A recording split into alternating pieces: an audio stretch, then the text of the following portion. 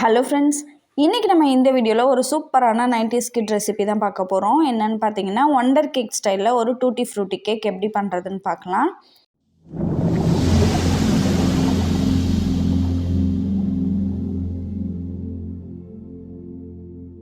இது வந்து wonder cake மாதிரியே இருக்கணும் அப்படின்றதுனால அதே மாதிரி இருக்கக்கூடிய ஒரு ரெக்டாங்குலர் பேன் தான் எடுத்திருக்கேன்.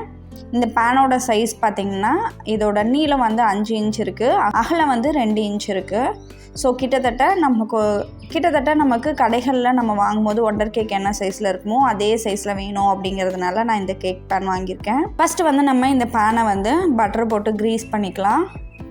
உங்கள்கிட்ட பார்ச்மெண்ட் பேப்பர் இருந்ததுன்னா அதை யூஸ் பண்ணிக்கோங்க. பட்டர் போட்டு இந்த மாதிரி நல்லா க்ரீஸ் பண்ணி விட்டுட்டு உள்ளார வந்து எல்லா பக்கமும் ஃப்ளார் அப்ளை பண்ணிக்கலாம்.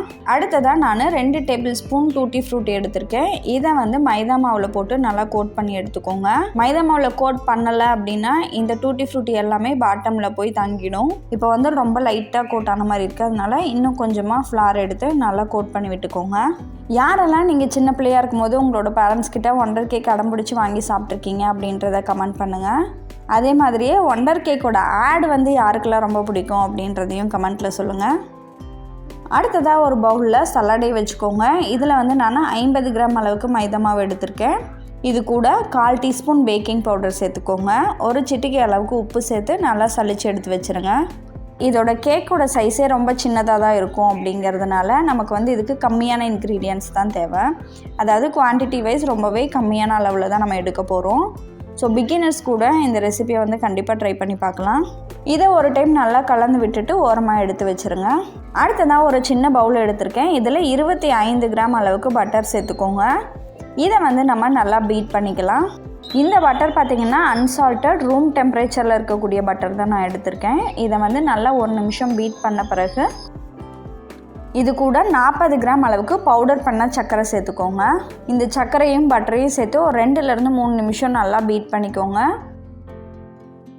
இந்த பட்டர் வந்து நல்லா க்ரீமியாக ஃப்ளஃபியாக ஆகிற வரைக்கும் நம்ம பீட் பண்ணிக்கலாம். இதோட கலரே பார்த்திங்கன்னா நல்லா ஒயிட்டாக வந்திருக்கும். இப்போ பாருங்கள், இது நல்லா ஸ்டிஃப் பீக்ஸ் வந்துருச்சு. இந்த சமயத்தில் நம்ம முட்டையை சேர்த்துக்கலாம். ஒரு முட்டை இருந்தாலே போதும். முட்டை வந்து இந்த பட்டரோட நல்லா கம்பைன் ஆகிற அளவுக்கு நல்லா பீட் பண்ணிக்கோங்க. ஜஸ்ட் ஒரு 20 to 30 செகண்ட்ஸ் பீட் பண்ணால் போதும். இது கூட இப்போ நம்ம பைனாப்பிள் எசன்ஸ் வந்து 1/2 டீஸ்பூன் அளவுக்கு சேர்த்துக்கலாம். இந்த சமயத்தில் நான் ஒரு குட்டி பவுல் எடுத்திருக்கேன். இதில் 1 டேபிள் ஸ்பூன் பால் சேர்த்துக்கோங்க. அது கூடவே 1 டீஸ்பூன் அளவுக்கு மில்க் பவுடர் சேர்த்துக்கலாம். மில்க் பவுடர் வந்து ஆப்ஷனல் தான். உங்கள்கிட்ட மில்க் பவுடர் இல்லை அப்படின்னா அதை வந்து ஸ்கிப் பண்ணிக்கோங்க. மில்க் மட்டும் இருந்தாலே போதும். 1 டேபிள் ஸ்பூன் மில்க்கு கூட 1 டீஸ்பூன் மில்க் பவுடர் ஆட் பண்ணி நல்லா மிக்ஸ் பண்ணி எடுத்து வச்சுக்க போகிறேன்.